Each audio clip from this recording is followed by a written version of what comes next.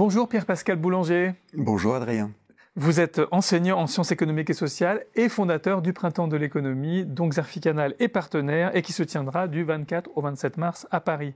Alors cette année, le thème des manifestations et des débats s'intitule « Guerre et paix ». Pourquoi avoir choisi ces mots ? L'actualité nous en offre l'opportunité. L'opportunité d'un petit clin d'œil à Tolstoï, évidemment en rajoutant un S à guerre, parce qu'on assiste quand même à une multiplication de guerres. La guerre économique, la guerre commerciale, la guerre technologique, la cyberguerre, la guerre monétaire, la multiplication des conflits sociaux, donc peut-être la guerre sociale, voire la guerre des classes. Donc forcément, on ne pouvait pas ne pas se saisir de ce thème. Puis parmi ces guerres, certaines sont nationales, certaines sont internationales. Pour beaucoup, elles sont mondiales. Donc va se poser forcément la question du niveau d'action qui serait le plus efficace pour mener les combats nécessaires pour rétablir ou pour maintenir la paix. Et puis parmi toutes ces guerres, on a les guerres pour lesquelles on a des idées qui peuvent nourrir des combats. On a des idées, et les économistes ont des idées, et pas que les économistes. Ils ont des idées pour la guerre contre le réchauffement climatique. Il y a des idées pour essayer d'instaurer plus de stabilité financière, pour essayer de reconnecter un petit peu l'économie réelle et l'économie financière. Il y a des idées pour lutter contre les inégalités, pour rétablir la paix sociale. Des idées dont on pourrait d'ailleurs se demander pourquoi nombre d'entre elles tardent à être appliquées, donc où est le souci.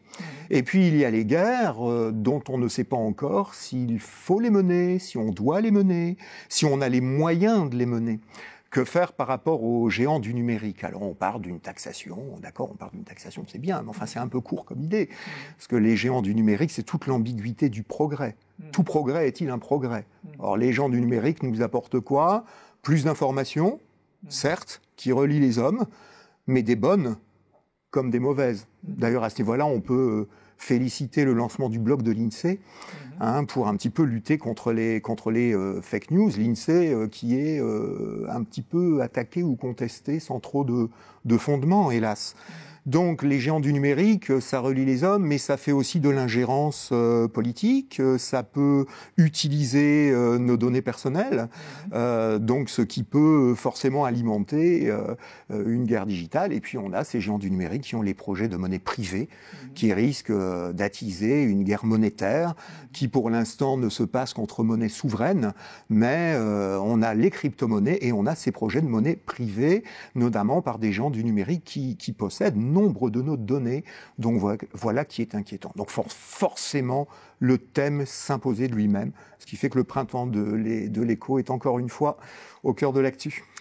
Et il nous montre aussi que l'économie, vraiment, c'est une science pluridisciplinaire. Parce que dans ce thème, il y a de la géopolitique, il y a de l'environnement, il y a de la santé, il y a de toutes sortes de psychologie. Bien sûr. Voilà. Bien sûr. L'économie, à elle seule, ne peut pas répondre aux questions du moment. Bien sûr, les problèmes économiques sont fondamentaux, mais ils s'inscrivent dans un contexte géopolitique quand même qui est particulièrement inquiétant.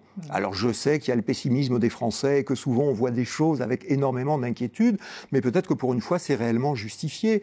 Dans la course aux futurs leaderships mondiaux entre la Chine et les États-Unis, l'Europe semble regarder le match, elle compte les points et que fait-elle? Donc est-ce que c'est pas un nain politique? En plus, Chine, États-Unis, un petit clin d'œil à Christian Saint-Étienne, dirigé par des apprentis sorciers, donc ça soulève quand même nombre de questions. Donc le contexte géopolitique est indispensable pour comprendre les problématiques qu'on doit affronter maintenant. Alors on est dans une période de très grandes inquiétudes. Est-ce que ça sera l'occasion, ce débat, d'avoir quelques raisons d'espérer un peu ? Oui, parce qu'il y a des idées. Donc des idées dont on va débattre au cours de nos sessions, des idées aussi qu'on retrouvera dans notre magnifique magazine dans lequel on a du contenu extrêmement intéressant. Donc bien sûr, on va débattre de solutions là où il y a des solutions, là où il y a des idées, là où il y a débat d'idées. Et on se posera la question justement pourquoi nombre d'entre elles ne sont pas forcément prises en compte. Les économistes sont-ils toujours écoutés? Et quand ils le sont, sont-ils écoutés en tout? Donc c'est une question qui mérite d'être posée.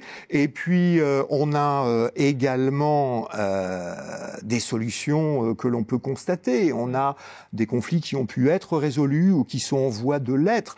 Et là, malheureusement, c'est peut-être moins au niveau macro qu'il faut regarder, c'est plus au niveau micro, où on a des acteurs qui, face à l'impuissance peut-être de certains États ou à un manque de volonté politique, on a des acteurs de terrain qui, là sur les droits sociaux, là sur le commerce équitable, ou dans les territoires où il se passe énormément de choses pour lutter contre le réchauffement climatique. Merci beaucoup Pierre-Pascal Boulanger d'être venu nous présenter l'édition 2020 du Printemps de l'économie. Merci beaucoup de m'avoir reçu.